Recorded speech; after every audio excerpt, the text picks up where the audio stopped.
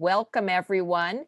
And we've been doing these virtual art receptions since last September, actually. A number of you have been to many of them. They've been a great way to meet the artists who are currently displaying work here at the Falmouth Art Center. As I said, I'm Laura Reckford, Executive Director of the Falmouth Art Center. And we always start by talking about our three shows that we have here at the Art Center. As many of you know, we change our shows every month in 3 galleries, so 36 shows a year.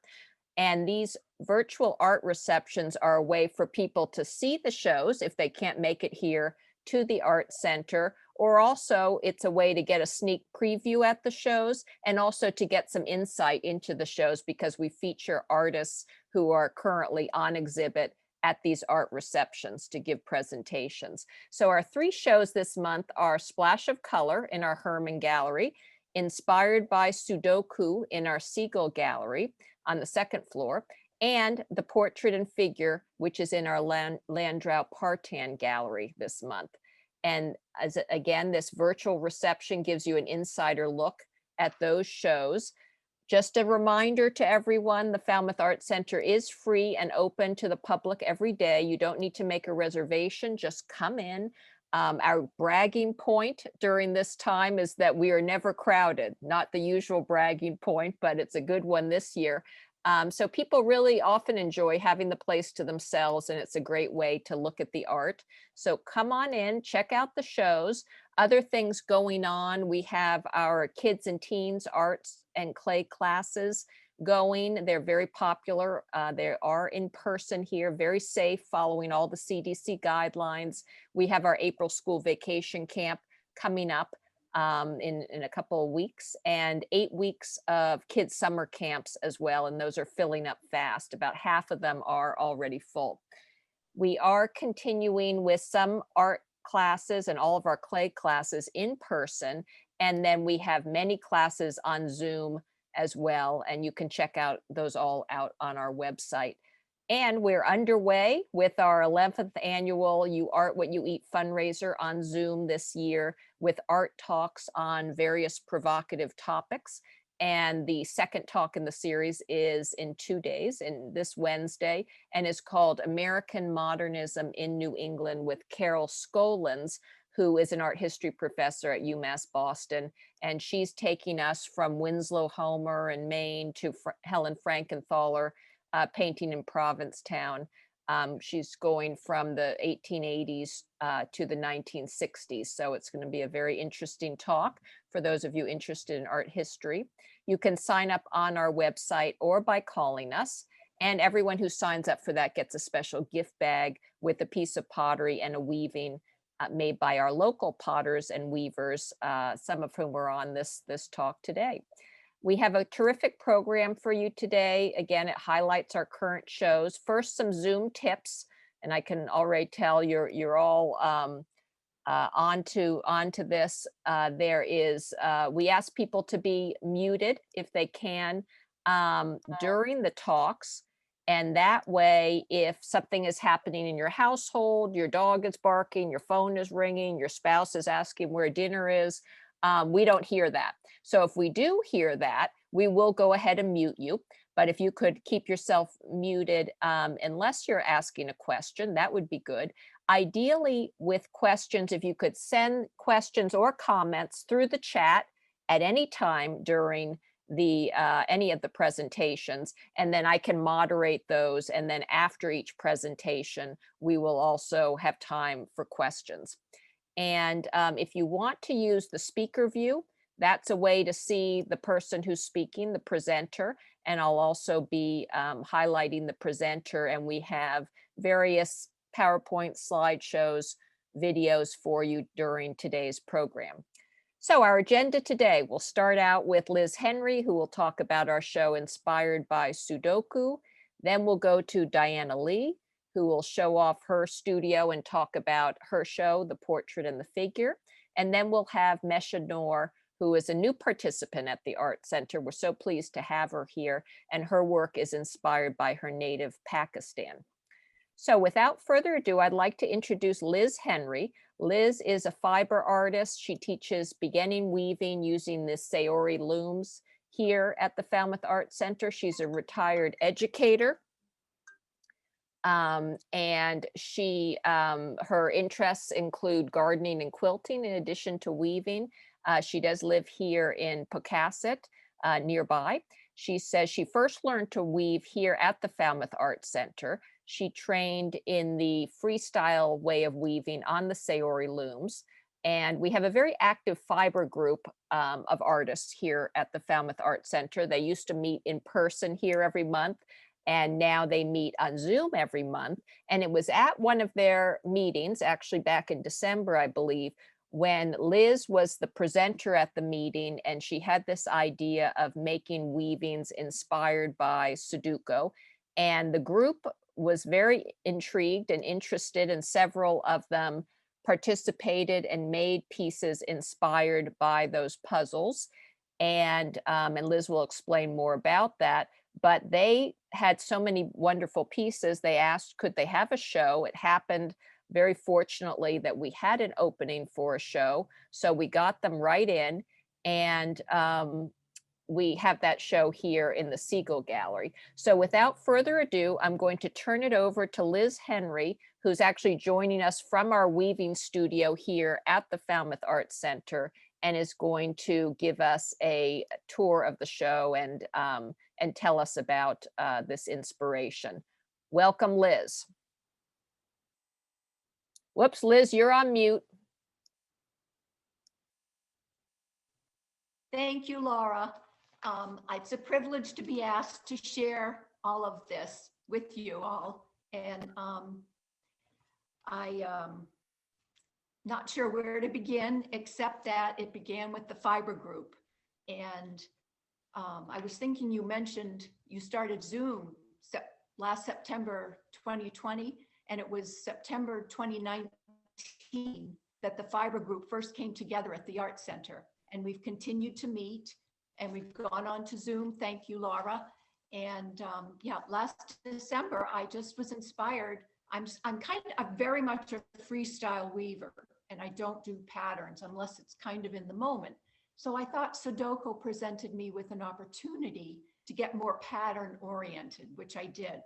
And I started out with a patchwork quilt, and then I advanced to a scarf and shared it at the meeting. And people said, oh, that sounds interesting. I think I want to try it. And so it just kind of grew, because you can use it for a lot of different mediums, as you'll see in the show. And I just want to show you this. My friend came with me today because she knew I was feeling a little uneasy. And she is wearing a Sudoku scarf, and it was actually made to be mug rugs for the Art Center, but it turned out to be a little too narrow as a mug rug, but it does have 9 colors going across and down. So she's here styling with her Sudoku scarf. And in back, there are 9 cones of yarn, because you need 9 different colors or 9 different something to start your patterning. So it took on a life of its own. People were interested, and then before we know it, it was like, wow, we have all these things, let's show them. And Laura was able to present us with an opportunity to show it. So we pulled it together, and the history of Sudoku is quite interesting. You can go online and read about it. And Laura has, there's a flyer here at the Art Center talking a little bit about it. But it's, when I thought about it, wow, that it evolved over time, starting in China, maybe over at least 2,000 years ago, was something known as a magic square. And then it kind of traveled across India and the Middle East, and went to Europe and then to America, with different phases of a magic square becoming a Latin square, becoming part of the puzzle it is today. But it is interesting, it was in America that a retired architect put it into its final form that we know it today in Indiana in the 70s. 1979, it was published by Dell Magazine, traveled to Japan in 1984, and they gave it a new name. It had been named Number Place, but then Japan gave it Sudoku, meaning single digit. And so you have 1 through 9. And of course, 9 does have some divinity to it. If you look it up, the number 9 signals completion. So it's a finality. It's like bring things together. So that's exactly what we're doing with our Sudoku experience, where we've brought it together with this show. If we are, so I evolved into patchwork and then into weaving, and everybody's got a different take on it. Before we go any further, I'd like to thank the people that hung the show. There were 6 of us hanging. There were 13 artists, and 6 of us hung the work in the gallery, and I think we had 14 pieces to hang, and they were all different sizes, different mediums, and it all fit together perfectly. So I kind of think that's divine, that it all just worked out perfectly, fell like the puzzle, all the pieces fell into place. So many hands make light work. And so let's thank Christine Anderson and Jay Pfeiffer, Susan Clark, Ann Wright, and Suzanne Brown for helping to hang the show. It's amazing what we can do as a group when we allow things to unfold. Everybody has expertise in different areas. And, you know, when people feel free to share, and whether it's the right answer or the wrong answer, just feeling free enough to put it out there and be judged is, I think, helpful. You know, somebody might think it looks really good over there, but it really doesn't look good over there, but let's try it and see how it looks. So all together, we can do amazing things. So Laura is going to take us through a video that Jay and Christine put together. It'll be she'll show it quickly, and then we'll go back and show each slide, and I'll share about how that person, some things about the work that they did, how materials or what it meant to them or how it evolved for them in Sudoku style. Okay, I'm going to run the slideshow. Thank you, Liz. I'm going to run that now.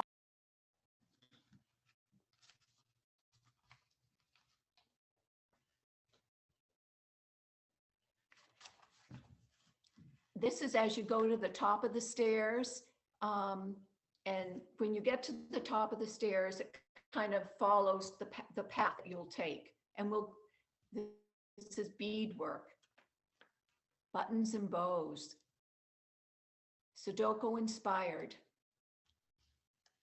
Jane Lincoln's Puzzle 76.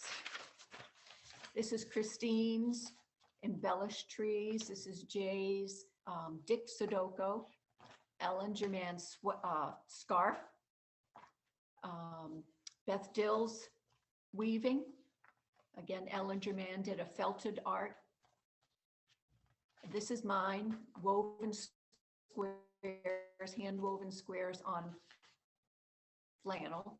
And this is Jane Pariella's quilt. It's also a UFO. And she brought back a UFO. This is my husband's homage to Sudoku.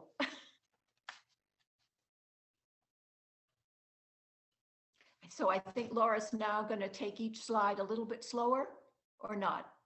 Was that it?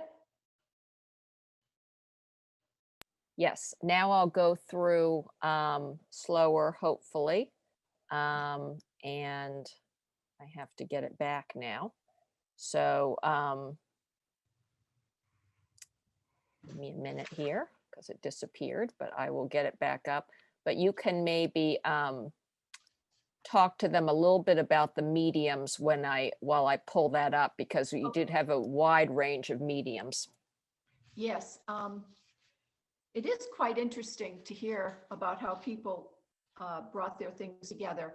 The first one is, driftwood, and it was Susan Clark, and she wrapped wooden squares and decided the best way to show the squares was as a mobile. And the contrast of the orderly squares and the driftwood is a nice juxtaposition of elements. And then right next to Susan's is a work by Peggy McAvoy, and she calls it Wanderlust. Peggy's done a lot of traveling, and she would collect luggage tags. So she used luggage tags to create her work, and they're presented in a grid form. Then Anne Wright is as a bead artist, and And actually, Liz, I'm going to interrupt you because I have the piece and I'm going to go through it while you're talking about them. Okay, great. Thank you.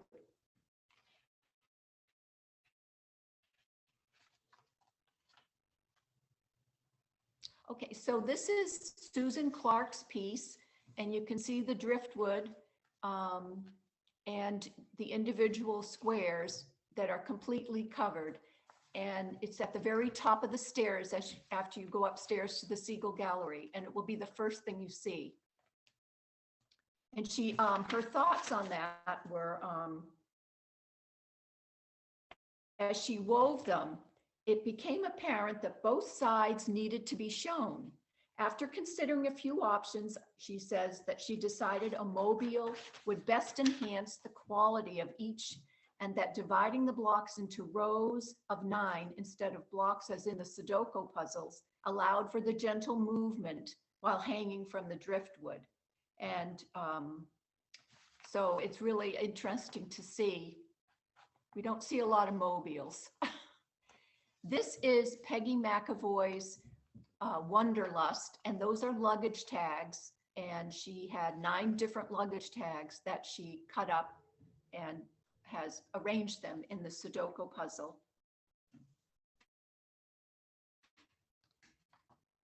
This is Anne Wright's Sudoku inspired, and she's calling it Blue Skies Are Coming, and it's a woven bead construction. It looks large there, but it is, the dimensions are, it is smaller, because most beadwork does tend to be smaller. This is also by Susan Clark. It's a, she calls it Buttons and Bows, and the inspiration was a button that had 9 holes. And then she has 9 different colored ribbons, and she made little like buds that made the, like, looks like a little rosebud on the buttons, and then the petals of the strips of ribbon flare out. So she has the Sudoku inspiration there.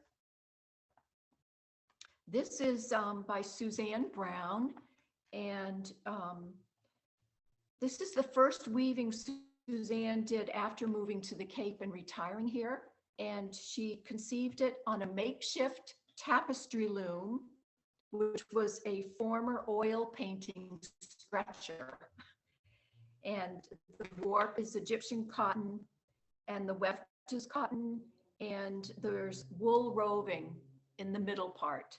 And she said it started out with tight weaving, which would be the upper part, and then got into the looser weaving with the roving, which kind of, again, like flower petals to me, and finished with wrapping. And what I thought's interesting is often in a weaving, when you go to present it, you can have an option of presenting it upside down from how you had it on the loom, or in an abstract, you can change it, and that's what she did. She started out weaving from the bottom with the white, tightly woven, and then ended with the looser weaving and wrapping. And she said that's how she's trying to live her life now.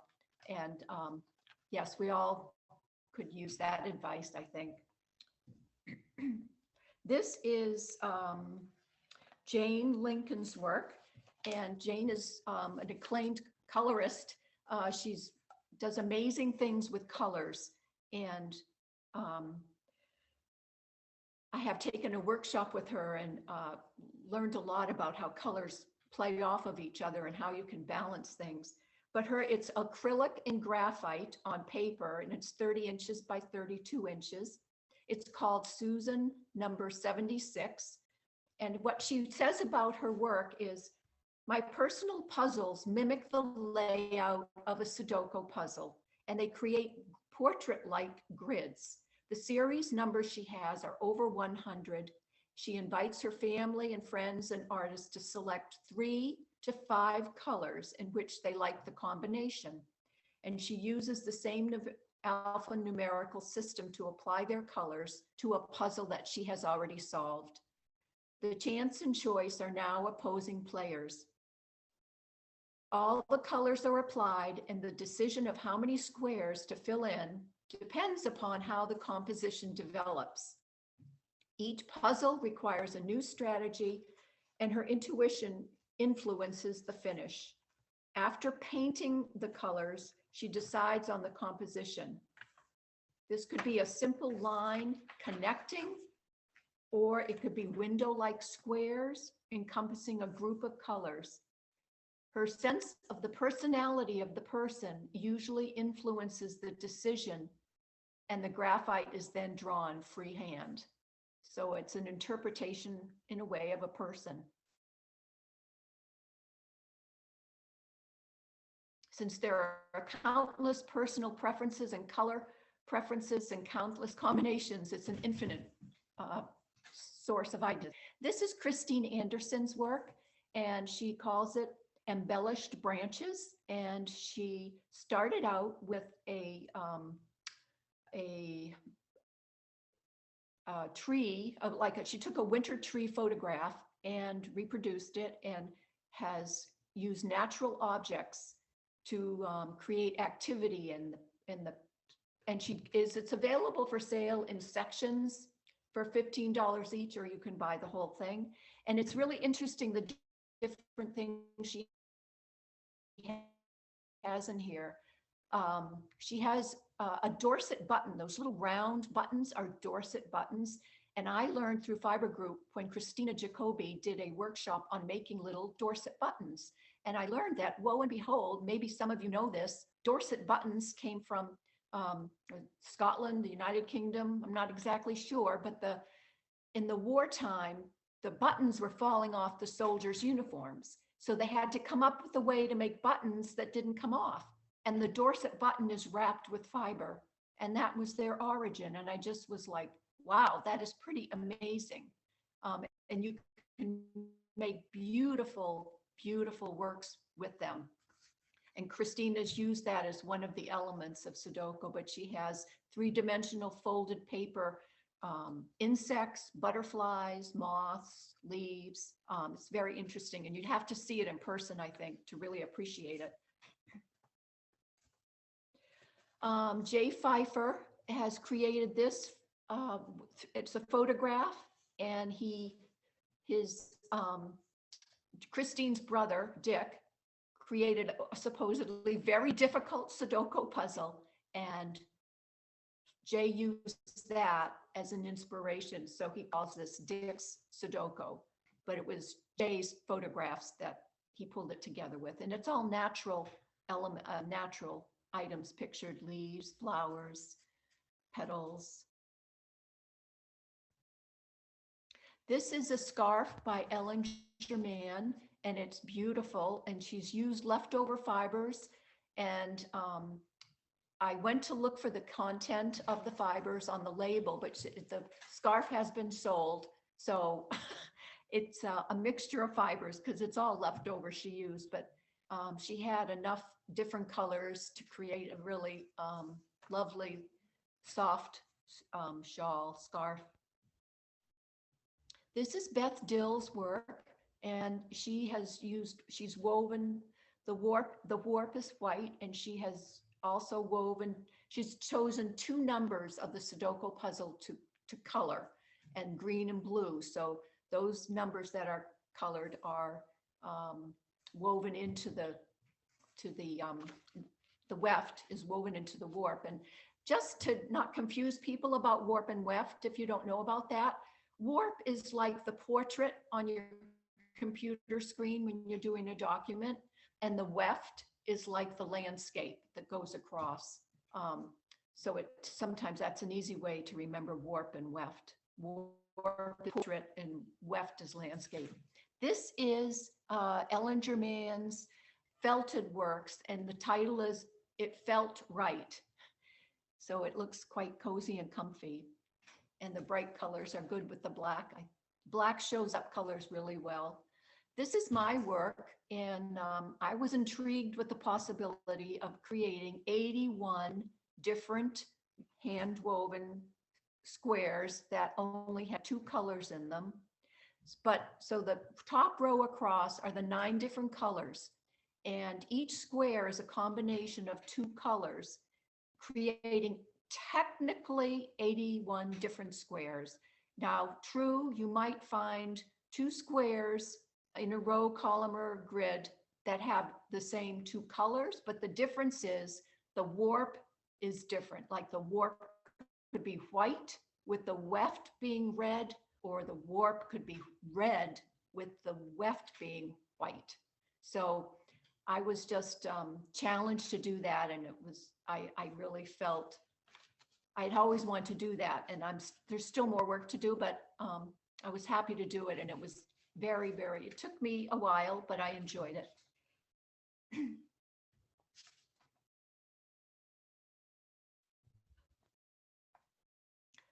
Did we get everybody in there? I think did we do Jane Pariella?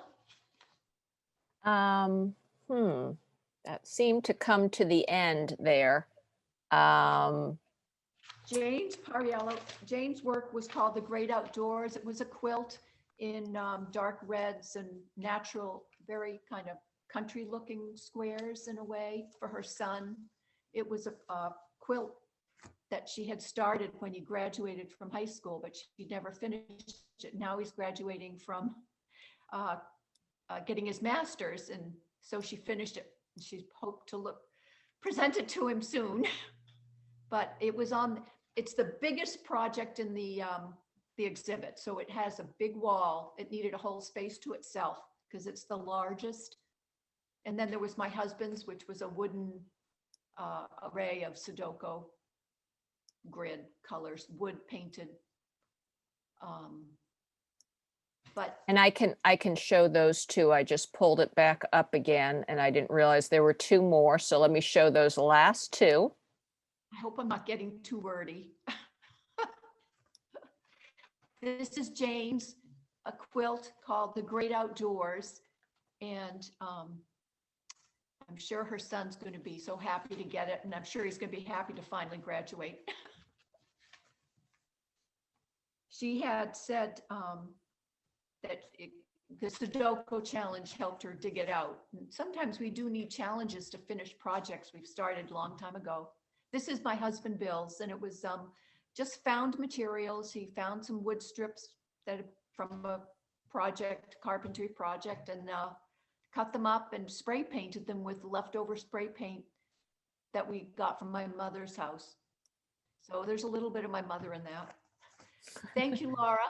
Thank you, Liz. Any questions for Liz? And there may be some people scratching their heads of not really knowing what Sudoku is, but it is a puzzle where there's 9 numbers. And so Liz's idea was, if you do the puzzle with the 9 numbers and you assign each number a color or a pattern or whatever it is, that is what we just saw as people using that as an interpretation of a design challenge. So any questions? There's an example of what it looks like, Sudoku. Questions for Liz? I'm going to look at the whole group and see if anyone has a hand up as a question for Liz. I don't see any hands up right away. So you can also, if you think of a question, you can ask it at the end as well. So we will thank you so much, Liz. And I know we won't soon forget the Sudoku challenge around here is quite unique. And so going on, we are now to Diana Lee, who will talk about her journey as an artist, and she'll show us her studio. She'll talk about her show, The Portrait and Figure. Besides being a well-known artist here in Falmouth for many years, Diana is a painting teacher here at Falmouth Art Center. She considers herself an expressionist and a colorist, having been influenced by Picasso, Bonnard, Matisse, Van Gogh, and the German expressionists. Many of her works in this show are more realistic, She has been interested in portraiture since her art student days back in the 1970s at the School of the Museum of Fine Arts in Boston, where she studied painting and sculpture. She received a BFA in art education from UMass at Dartmouth. She says that of all the subject matters she has painted, the portrait and figure are closest to her heart. In her portraits, she tries to express the individual light, energy, essence, and presence of each person. She has done a lot of figure painting in recent years with a group here at the Falmouth Art Center, our Friday figure group.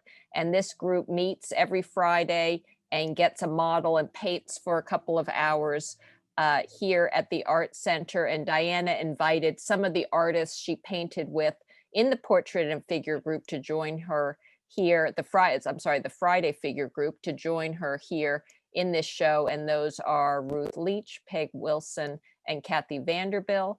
But most of the pieces in the show are Diana's. She has exhibited in many galleries and art shows over the years and won numerous awards. This particular show came about through a grant from the Falmouth Cultural Council, so we're grateful for that support. And without further ado, I'm going to turn it over to Diana. Welcome, Diana. Oh, thank you, Laura, for that introduction. Yeah, I'm grateful for the opportunity to speak today as well, and want to thank you for having me have the show in the lobby there with Catherine, Peg, and Ruth for this month of April. And I want to also thank the Falmouth Arts Council for the grant that I received in 2019. There was a delay, of course, with the coronavirus. So it wasn't until, this month that I was able to put it in an exhibit up. And I have 22 works on display, and they are mostly they are figures and portraits, and that's it's been a lot of fun doing it, and it's just amazing to me how much there is to learn and to continue to learn about painting the figure. And I have starting with the goal of having received the grant. It was just really an incentive to stay focused on putting a show together. That really does help me to have a goal, and in doing so, I have I started with a Friday figure probably about 3 years ago.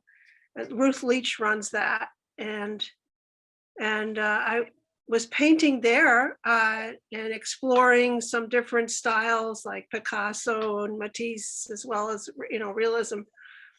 And of course, when the coronavirus surfaced back last year, I wasn't able to continue with the portrait along with everybody else. So I stopped for a while. It was until Laura offered the Danny's class. Dan Hannigan has a portrait class, and I started back up back in December, this past December, and doing the portrait, and it was working with one model throughout the 6 weeks, which made a big difference. And exploring that one individual, and they doing the portrait and painting a figure, I just found that it really is. I can understand why Picasso and some of the other artists had a muse, had one individual person they would paint over and over, because there are so many aspects of just one personality. And so that was a lot of fun. And after that, I spent. Betsy Payne Cook, and I was talking with her. She's another teacher at the Falmouth Art Center, teaches pastel. She mentioned, because I had said, gee, I don't know what I'm going to do, because I've got this show coming up, and I don't have access to painting the portrait anymore. So she mentioned Paul Schulenberg's online and also in person portrait and figure group that he has through Zoom. And so I joined that back in beginning of January. And that's where I've got received, a lot of my work it came from there too. And some of the pieces are, I'll just show you right here. And this is what I'm working on now. They're not finished, but there's a piece. This one here is, I'm planning on finishing. I just got started with it, but I ended up doing a pastel of it. This was on Zoom. And also, this is my work area, by the way. And then this is one I'm just about finished with. I've moved more towards classical painting with the online Zoom. So it's made it really accessible. Having he sets up the the poses and the props. So it's wonderful. It's been really great, and I've really enjoyed doing that. But also even when the studio is over, we can take pictures. They're called screenshots, and then you can just either print them out or have them on your desktop to continue working. So that's made it really possible to continue on to do more finished works. And anyway, I work in my kitchen. I was kind of reluctant to do any kind of reception because I said, I just work in my kitchen. I don't really have a studio per se. I could have a studio, I suppose, in my basement, but this is where the light is. I have sliding glass doors in the kitchen, plus I have a skylight and I have a couple of windows over there. So the light is just perfect here. And so this is where I paint. And the other end of the kitchen is where the stove is and refrigerator and all that. And over here is my easel. And I'm just going to show you. I'm just going to swivel around. I have my my laptop is on a tripod because I do teach the class on Thursdays. It's a landscape painting class in the afternoons. And I found that with Zoom, you really do need something, that you can move around the easel without having to get up and walk around and all that. So here's my pivoting tripod, and my laptop is on that. And I'm just showing you where this is where my paints are. Keep them on a little table here. Everything's pretty much in one area. And then I have another area where I'm doing portraits. So I have actually it's a baking dish that I keep my all these paints in here rather than having to go into a box and get them. You can see that. Diana, you're when you move your tripod, it's making a loud squeak. So I just wanted to bring that to your attention. Okay. All right. So anyway, this is these are the paints here, and I keep them in a baking dish because they're accessible. These are the paints I use when I do portraits. So I use like burnt sienna, raw umber, yellow ochre. It does squeak a bit. I'll have to get some WD-40 to fix that. And I'm trying to think of what else. It's these are my paints over here on the other side of my where I work. I'm just gonna have to move the easel a little bit. My chair. These are my paints over here, and I'm gonna move this. And I have actually it's a box. It has my my paints inside here on my palette. And when I'm done painting, I can just leave those paints there for the next day and just put a cover on it. And plus I have cats, so if they decide to climb up on the table, well, the paints are protected by the box. So anyway, that's basically it. I use these containers for painting. I keep the turpenoid in here, and I keep my solvents like liquid and to use as a medium in these little plastic bottles, because they don't spill, and they don't dry out. And this baby oil, for instance, I used to, at the end of a painting session, I just wipe my hands with that rather than turpenoid, so I don't have chemicals on me. And that's about it. And Diana, we have a slideshow of your paintings, so I Okay. can go ahead and show those if you're ready. All right, sure, ready? Squeak. Okay.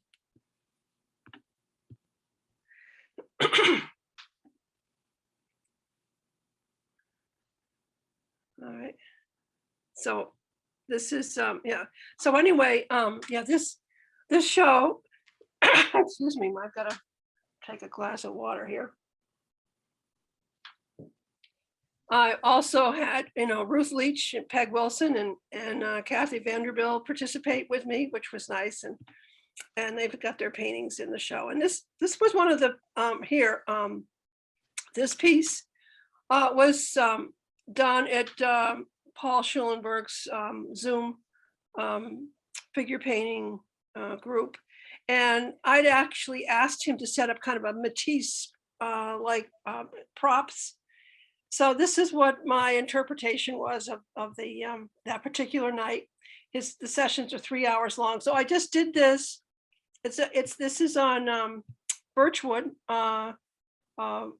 plywood, birchwood, and it's just, I painted in the 3 hours and whatever, and then I just left it alone. I thought if I go in and start fixing things, I'm gonna lose the spontaneity of that this quick interpretation of this young woman that sat that particular night. And this is another one. I did another 3 hour session. This was actually another model. They're all professional models that pose for Paul Schulenberg's group. And this was a singer, and she models for him. And I did this, and this is a 20 by 24, and I did this in 3 hours.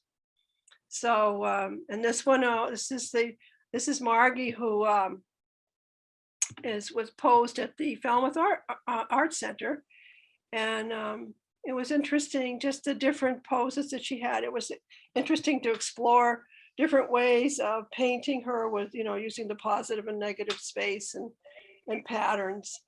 So, and this is a portrait of her. I did. And this is from Paul Schulenberg's mother on a nude of, this is my son. This is my son, Jim. And he sat for this for 3 weekends, like a couple of 20-minute sessions for Saturday and Sunday. And then I finished it up with using the image on my phone. I didn't print it out because I just felt like the picture was actually more accurate. I just felt it was more true to the 3-dimensional image. Well, the image was more accurate to him actually sitting there than having it on paper. So I finished that up, and here's another one from Danny's class.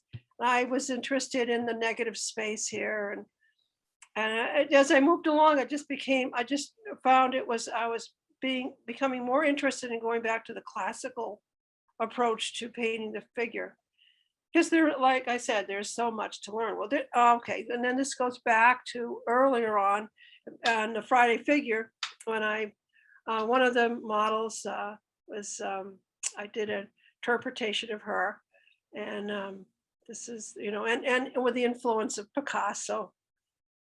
Another one, again, another model with the influence of Picasso. These are all done at the Friday figure group.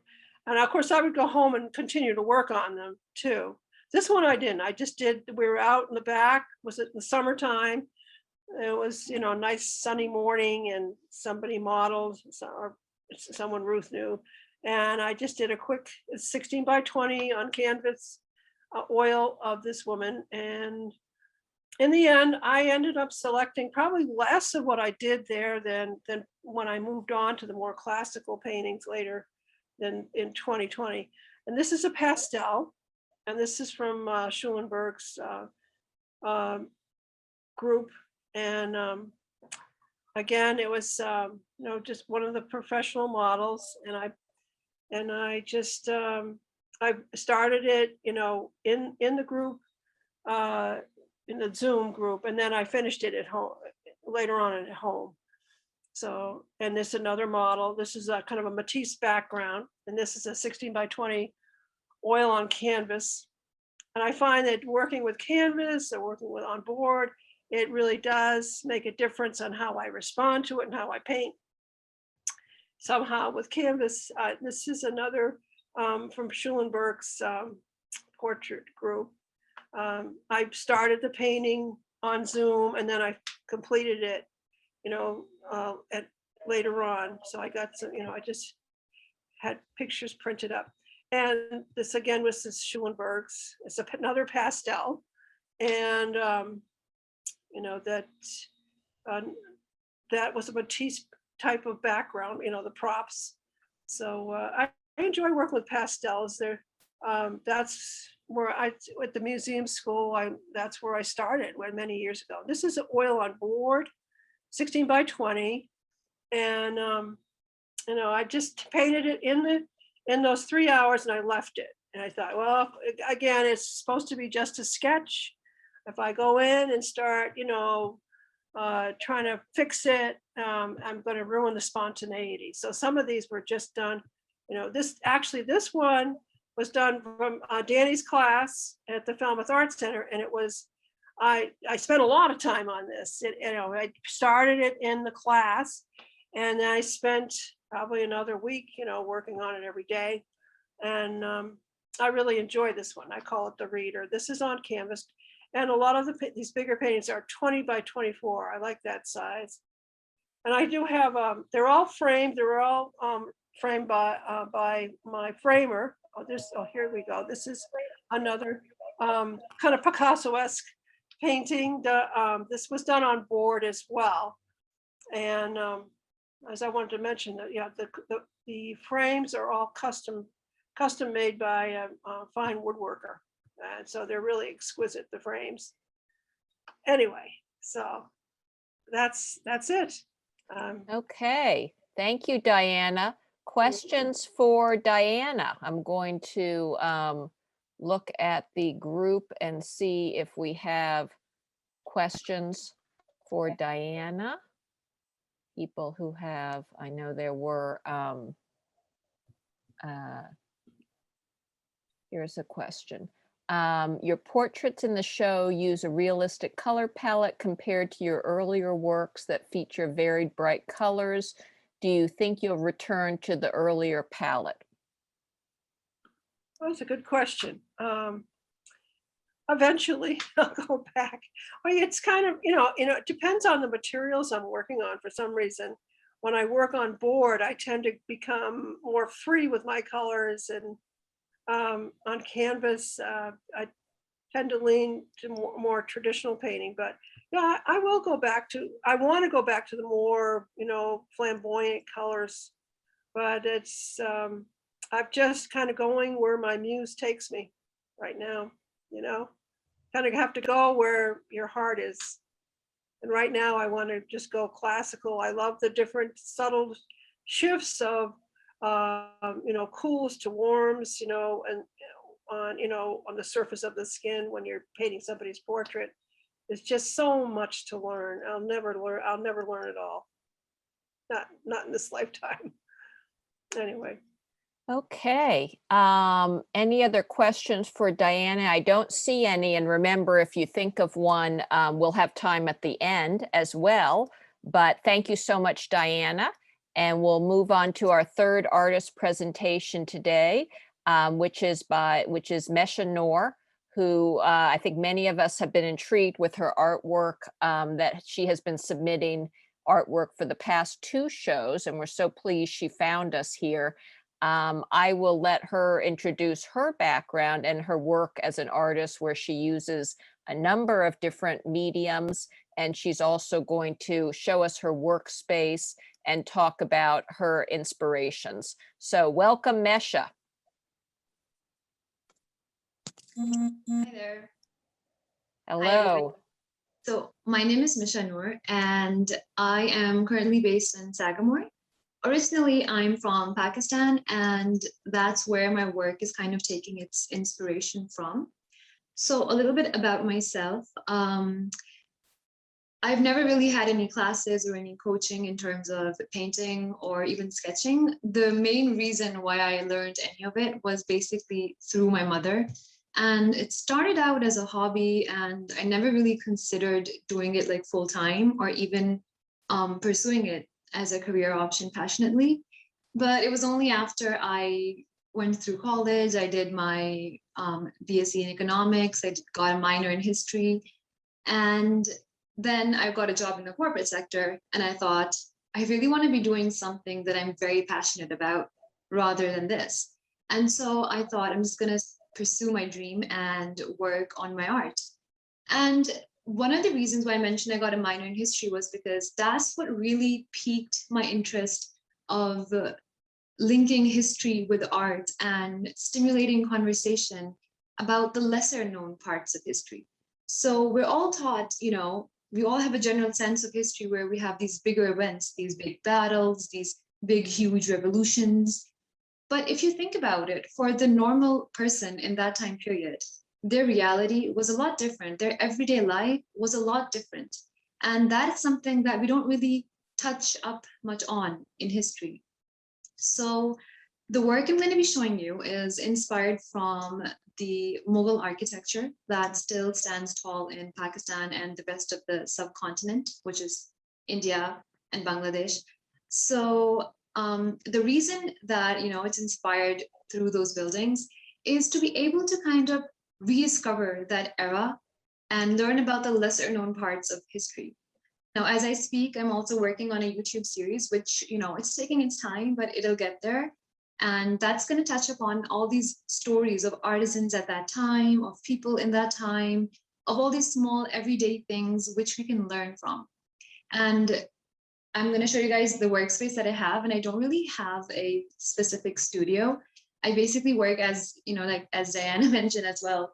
I work out of my kitchen, and this is like a dining area, and I'll show it to you guys in a second. The reason I work here is because I actually really enjoy being able to be in the middle of the house. I don't like to get secluded and work on my art. So let me show you guys. So this is basically, my makeshift studio. I usually have my easel set up over here. And then because I have a lot of natural light coming in, then I also have, space for all my supplies. And I'm just going to start showing you guys the series, which is the Juruka collection. And I'm going to start from this painting right here. Okay. This is called the Blue Arch. And this photo is something that a friend of mine clicked when we were visiting the Badshahi Masjid in Lahore, Pakistan.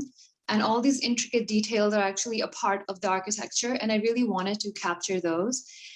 And the mediums I've used here are oil paints. All the color is oil paint. And then the sketching, this whole area is actually in pen.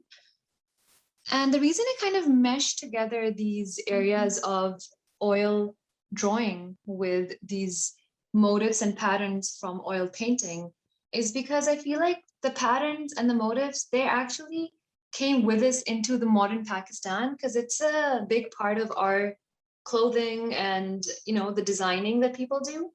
However, the architectural part, that's something that is still standing tall from the past. So this is one of the pieces. It's on canvas. It's 24 by 36 inches. And then I have some other pieces in the same line. So one of them is, this is a simpler piece. It just depicts like a regular everyday woman from a gown, which would be like a village. And these two basically come as like a set because they're more, subtle pieces. Then we have pieces like this, this is 24 by 18 inches.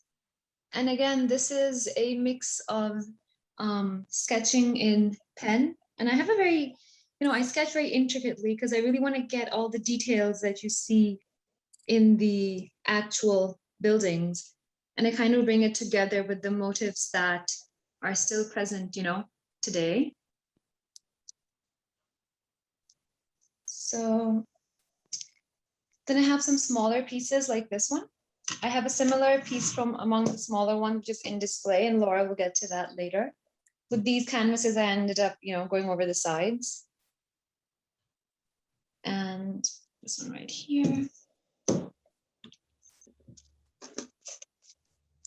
which again goes over to the side. And Mesha, you might want to show your signature on these. You could explain. Yeah, that. I'll talk a bit about my signature as well. So this is what my signature looks like. I'll get to this at the end of after I show you guys all my paintings, because we'll get to that at the end. Then this one is another one which is 24 by 18 inches. This is a photo I took at the Shai Fort in Lahore. And it's just a very intricately carved door because, almost all the doors and things there are that intricately carved. And then I kind of put in motifs that you find painted on the walls as well over there into the painting. And this is one that hasn't even been displayed on my website as of now, but I really liked the composition of this one and the color scheme. This was also, I believe, taken at the Badshahi Mosque in Lahore. Now, the works that I actually displayed with the center were some works like this, which kind of represent a cultural aspect of Pakistan. This here is chai, which is basically, you guys call it chai tea. But see, the word for tea in Urdu is chai. So, and it's a huge part of our culture. It's like, every 2 minutes, somebody's asking if you want chai. And in this piece, I kind of made it very texturized because this whole area is painted in oil. And then the background, I went in with thick layers of acrylic paint. And over here, we have this 3D sculpture made out of clay. And I kind of painted over it to give it some more dimension. And the same goes for over here. And that's my signature that I mentioned again. And this is another piece which uses very diverse mediums. This is called a jharoka. This is what the whole collection is named after. A jharoka is basically like this traditional balcony which juts out of the window. And it's a very common piece in a lot of these Mughal architectural pieces. So this specific piece, the flowers you see and everything, these aren't clay. I kind of used artificial and real flowers, and I dipped them in a very thin mixture of concrete and cement. And that kind of created this beautiful, detail within these flowers, which I incorporated into this structure. The structure itself is made out of wood, and these panels, these are one big panel that I wood burned and added details. But all these smaller areas are areas that I added with like specific cutouts of wood. And then I kind of, burnt them and patterned them to kind of fit into this thing. The concept behind this painting was to make something elegant and delicate out of all these raw, heavy materials like wood and concrete. I also have, so this is also one that kind of features the jharokas and also the traditional patterns. This also has a bit of the writing over there. It actually says chai paratha, which is like a snack you have with chai. And it's a huge part of the culture over there. So I kind of incorporate that into these paintings. I have some other works which are basically, stray pieces. These are not part of the collection at the moment. This is like a portrait, a play on light.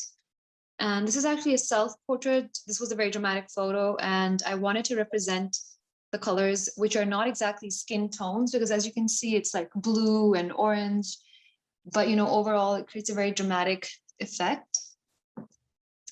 And I also have some works in the making, which is again 3D. This is being made on this piece of wood, very raw piece of wood. And this is something I'm basically, structuring at the moment.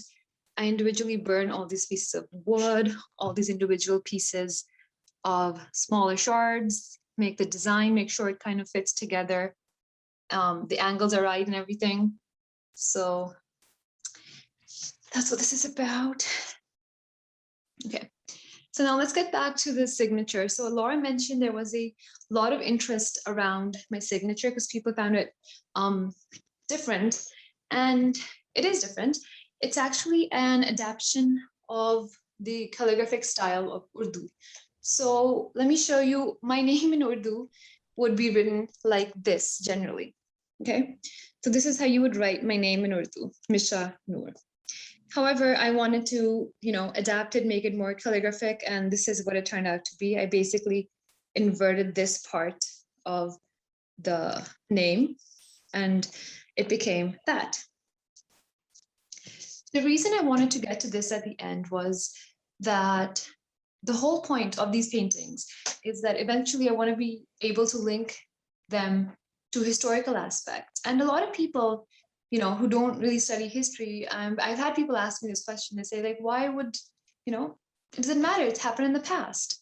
But the thing is, so many things that have happened in the past are with us today, and we don't even realize it. One of the examples is actually within my signature. So when my initial signature actually was a lot different, it was just my name in English.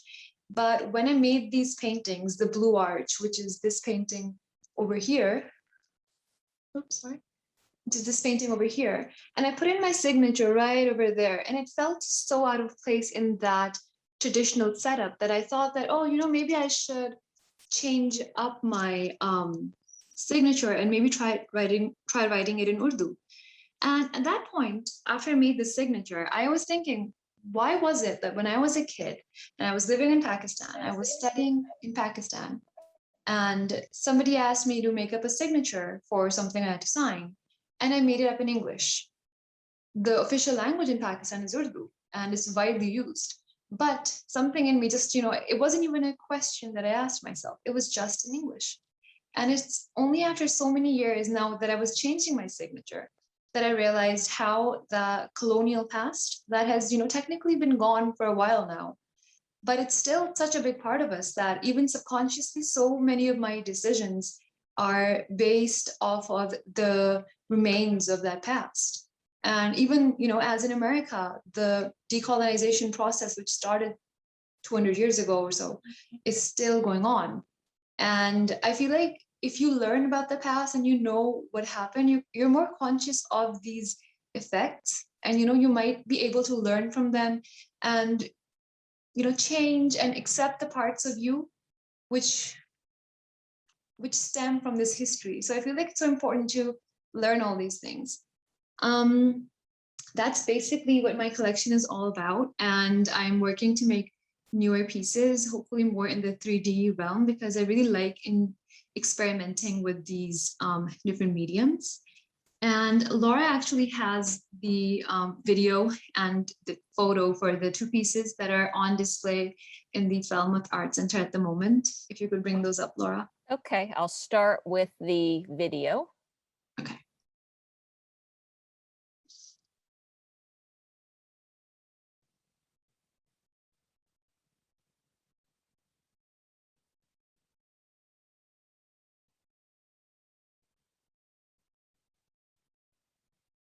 Sorry, I'm going to stop the share because I wasn't sure if you could hear it. So I'm going to start it again.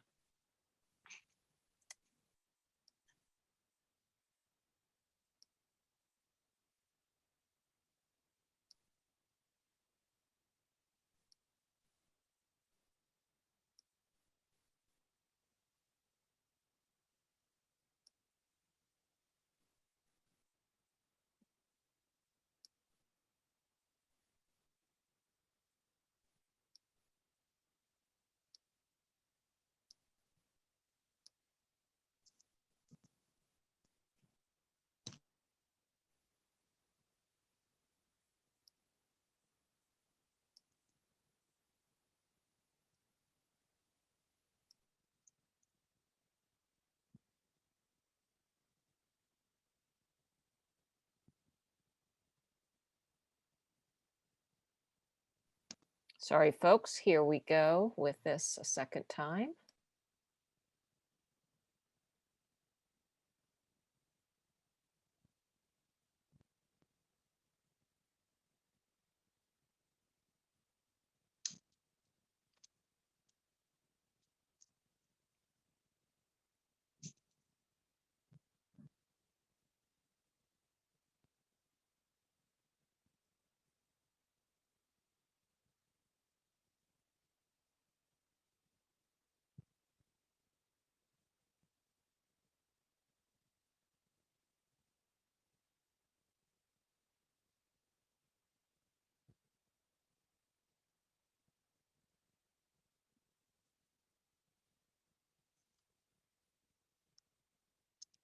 We can view it without the sound, that's fine. All right, I can try it without, it just has really nice sound with it, but it doesn't seem to want to come up again. You guys can Let go me- to my Instagram and watch the video with sound if you want.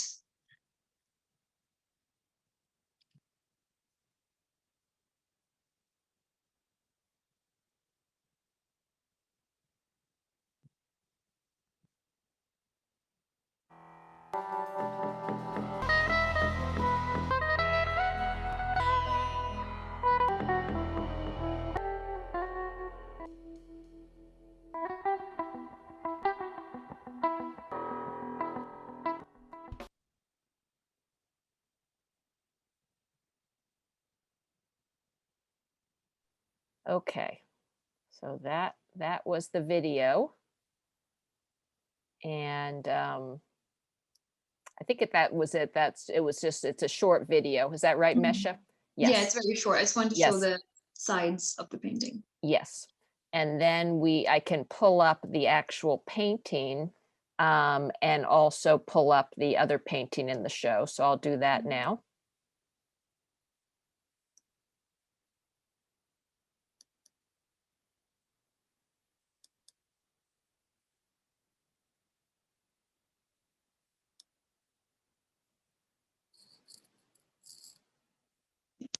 So this is the one that's on display in the Falmouth Art Center at the moment.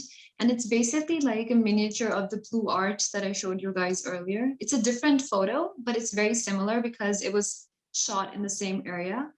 And I wanted to have like a miniature, like a baby version of that bigger painting as well. So this is that. Okay.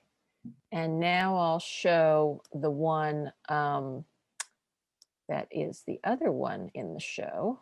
Mhm. Actually, that is here.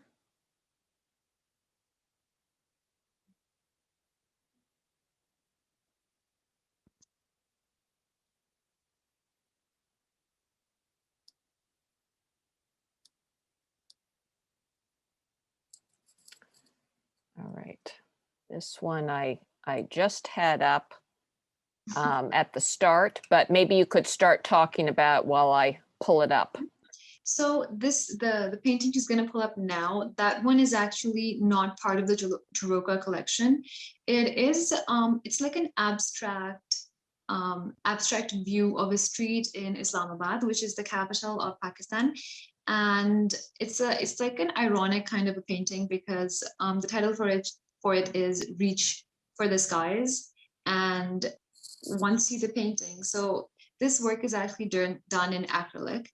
So the title is Reach for the Skies. And as you can see, the sky and the road is basically the same thing. So it's kind of like an ironic adaptation of that street. And this is from some of the other works, which, I was just experimenting in abstract patterns. And this one's also at display at the Falmouth Art Center. Yeah. I have another piece that's similar to this one, which I haven't shown you guys before. It's also very abstract and it's very pattern oriented. And I thought, let me just, show it to you guys. Okay. So here it is.